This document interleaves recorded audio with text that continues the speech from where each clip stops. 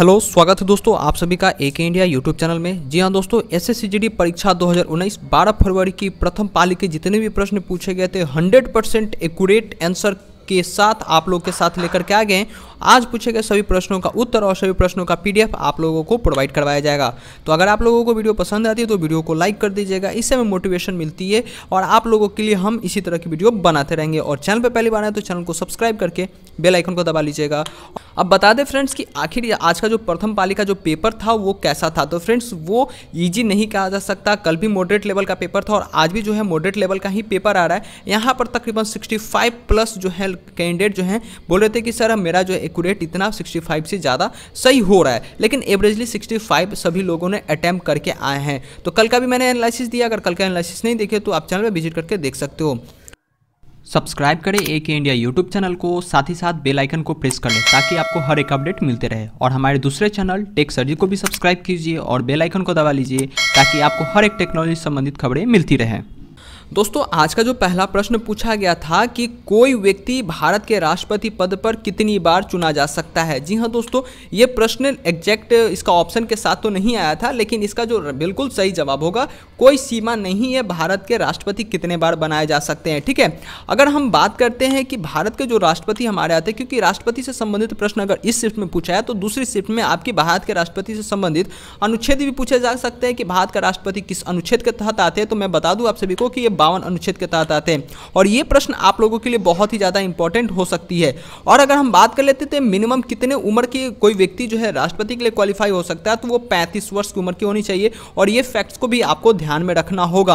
अब देखो अभी वर्तमान में हमारे भारत के राष्ट्रपति कौन है, तो रामनाथ कोविंद है। ठीक है, अब एक और फैक्ट्स आती है आप सभी का, अगर भारत का राष्ट्रपति का कोई सीमा नहीं है तो USA के कितनी बार राष्ट्रपति बन सकते हैं कोई एक व्यक्ति।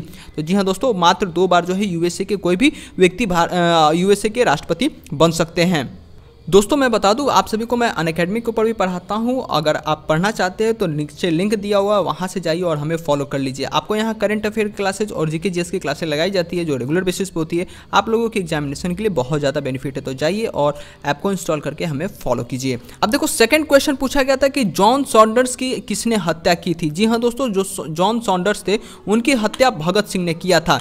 तो अब इस शिफ्ट में अगर ये प्रश्न पूछा जाता है और क्वेश्चन का लेवल का इक्वल करने के लिए अगले शिफ्ट में क्वेश्चन पूछा जा सकता है कि भगत सिंह ने जॉन सॉन्डर्स की हत्या कब की थी। तो फ्रेंड्स इसका जो डेट है वो 17 दिसंबर 1927 ईस्वी को जो है ये किया गया था। अब देखो फ्रेंड्स, ये सभी प्रश्न जो है बहुत ही इंपॉर्टेंट है, इसी के लिए आप सभी के साथ मैं शेयर कर रहा हूं।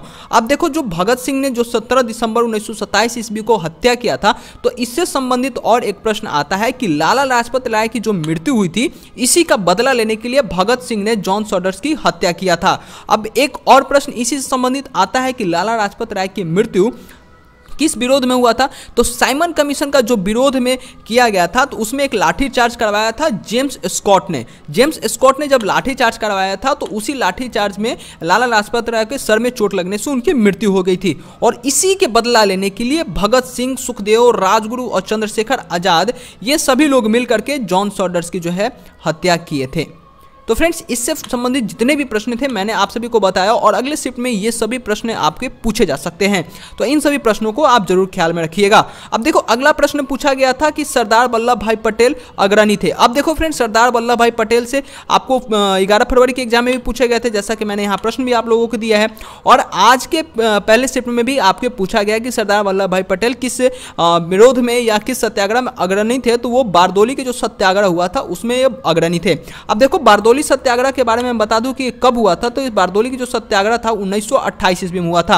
अब देखो 1928 ईस्वी में इसको इसलिए किया गया था कि जो गुजरात में कर था उसे बढ़ा करके 22% तक कर दिया गया था और उस टाइम जो है गुजरात में बाढ़ आया था और वहां पर सूखा भी जो था वो हो गया था, जिसके कारण से वहां के किसान जो है दे नहीं सकते थे इतनी कर। इसी के लिए सरदार वल्लभ भाई पटेल ने वहां यह सत्याग्रह शुरू किया था और इसी सत्याग्रह के दौरान बरदौली की महिलाओं ने इन्हें जो है सरदार की उपाधि भी दिया था।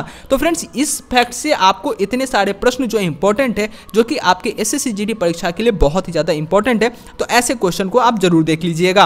अब देखो अगला प्रश्न पूछा गया था 11 फरवरी के प्रश्न में था कि लौह पुरुष किसे कहा जाता है। लौह पुरुष फ्रेंड्स सरदार भाई पटेल को कहा जाता है। तो आज जैसे अभी फर्स्ट शिफ्ट में पूछा है कि सरदार वल्लभ भाई पटेल बारदौली सत्याग्रह से प्रश्न पूछा गया है, तो मे भी अब पूछा जा सकता है कि सरदार वल्लभ भाई पटेल की जो स्टैच्यू बनी हुई है स्टैच्यू ऑफ यूनिटी, उसकी हाइट कितनी है। ठीक है, तो ये सभी प्रश्न आपके इंपॉर्टेंट हो सकते हैं। अब देखो मैं बता दूं कि स्टैच्यू ऑफ यूनिटी के जो हाइट है आपकी 182 मीटर ऊंचा है। ठीक है, तकरीबन 527 फीट की इसकी ऊंचाई है। और जो अब सरदार वल्लभ भाई पटेल की अगर आप ईयर की बात करते हैं, इनकी जन्म कब हुई थी, तो 1875 ईस्वी में इनकी जन्म हुई थी और 1950 ईस्वी में इनकी मृत्यु हुई थी। तो ये फैक्ट इसके लिए बहुत ही ज्यादा इंपॉर्टेंट है। अब देखो स्टैच्यू ऑफ यूनिटी की बात करते हैं, तो स्टैच्यू ऑफ यूनिटी से संबंधित एक प्रश्न बहुत ही ज्यादा इंपॉर्टेंट है कि इसे किसने डिजाइन किया था। तो इसको जो फ्रेंड्स राम बी सुतान ने इसे जो है डिजाइन किया था, जो कि बहुत ही ज्यादा इंपॉर्टेंट है। और एक और प्रश्न आपको स्टैच्यू ऑफ यूनिटी से ही पूछा जा सकता है कि स्टैच्यू ऑफ यूनिटी का जो आपका किस नदी के किनारे जो है अवस्थित है, या नर्मदा नदी के किनारे अवस्थित है, और सरदार सरोवर डैम जो है कवादिया एक जगह है, वहां पर ये स्टैच्यू ऑफ यूनिटी जो है वो बनाया गया है। अब देखो अगला प्रश्न एक पूछा गया था कि मानव हृदय का दाहिना भाग जो डैश रक्त प्राप्त करता है, तो मानव हृदय का जो दाहिना भाग में किस तरह का रक्त प्राप्त किया जाता है, तो यहाँ जो है अशुद्ध रक्त प्राप्त किया जाता है। अशुद्ध रक्त के साथ फ्रेंड्स आपकी CO2 जो है वो युक्त होती है। और वहीं अगर बाएं भाग की बात करें तो बाएं भाग में जो है यहाँ पर शुद्ध रक्त होता है, जो कि ऑक्सीजन युक्त होती है, जो कि बहुत ही ज़्यादा इंपॉर्टेंट है। अगर इस शिफ्ट में आपके दाहिने भाग पूछा जा रहा है, तो अगले शिफ्ट में आपकी बाएं भाग का भी क्वेश्चन पूछा जा सकता है।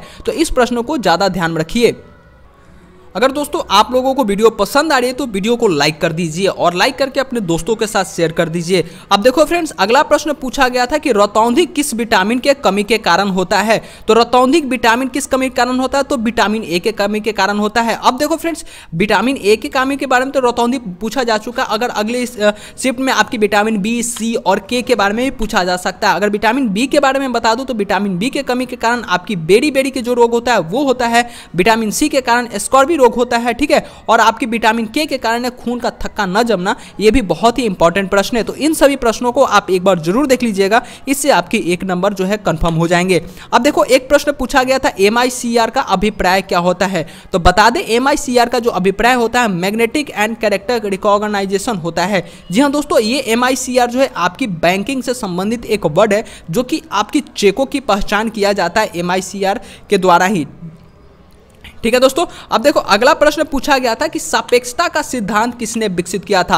अब देखो सापेक्षता का जो सिद्धांत है इसे अल्बर्ट आइंस्टाइन ने विकसित किया था, और अल्बर्ट आइंस्टाइन को नोबेल पुरस्कार भी दिया गया था, और इन्हें 1952 ईस्वी में नोबेल पुरस्कार दिया गया था। ये क्वेश्चन तो इतना इंपॉर्टेंट नहीं है, लेकिन एक क्वेश्चन बहुत ही इंपॉर्टेंट है अल्बर्ट आइंस्टाइन से संबंधित कि फोटो इलेक्ट्रिक प्रभाव की व्याख्या किसने किया था। तो फोटो इलेक्ट्रिक प्रभाव की व्याख्या आपके अल्बर्ट आइंस्टाइन ने ही किया था। अब देखो अगला प्रश्न जो पूछा गया है कि कांसा मिश्र धातु का मुख्य घटक कौन से हैं। अब देखो कांसा का जो मिश्र धातु उसका मुख्य घटक क्या है, तो मुख्य घटक उसका तांबा और जो रांगा होता है वो होता है। लेकिन अभी अगर इस शिफ्ट में कांसा के बारे में पूछा जा रहा है, तो अगली शिफ्ट में आपके पीतल और गन मेटल के बारे में पूछा जा सकता है। गन मेटल तो बहुत ही ज्यादा इंपॉर्टेंट है, क्योंकि ये हमेशा अक्सर आपके एग्जामिनेशन में पूछा जाता ही जाता है प्रश्न है। तो गन मेटल के बारे में बता दें, इसमें जो तांबा की प्रतिशत होती है वो 80% होती है, टीन की जो प्रतिशत होती है वो 10% होती है, और जिंक की बात करें तो इसमें 20% की इसकी हिस्सेदारी होती है, जो कि बहुत ही ज्यादा इंपॉर्टेंट है।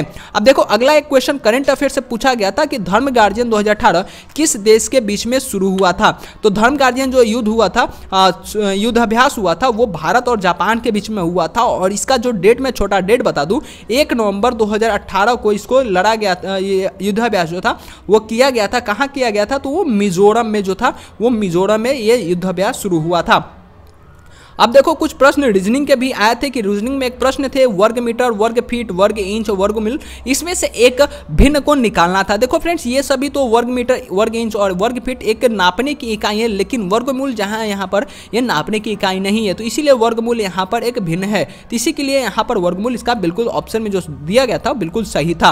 अब एक प्रश्न पूछा गया था आपको इस तरह का, रीजनिंग का एक क्वेश्चन था कि 4:27 है तो 9 क्या होगा। देखो 4 का स्क्वायर आपको 2 कर देंगे तो 2 का स्क्वायर 4 हो जाता है और 3 का क्यू करेंगे तो 27 हो जाता है। इसी तरह 3 का स्क्वायर करते तो 9 हो जाता है, तो किसका क्यू करेंगे, क्योंकि इस बार यहाँ पर क्यू है तो यहाँ पर भी क्यू होगा। 2 के बाद 3 है तो 3 के बाद 4 होगा, तो 4 का क्यू हमारा 64 होता है, जो कि बिल्कुल ऑप्शन में सही जवाब यहाँ पर था।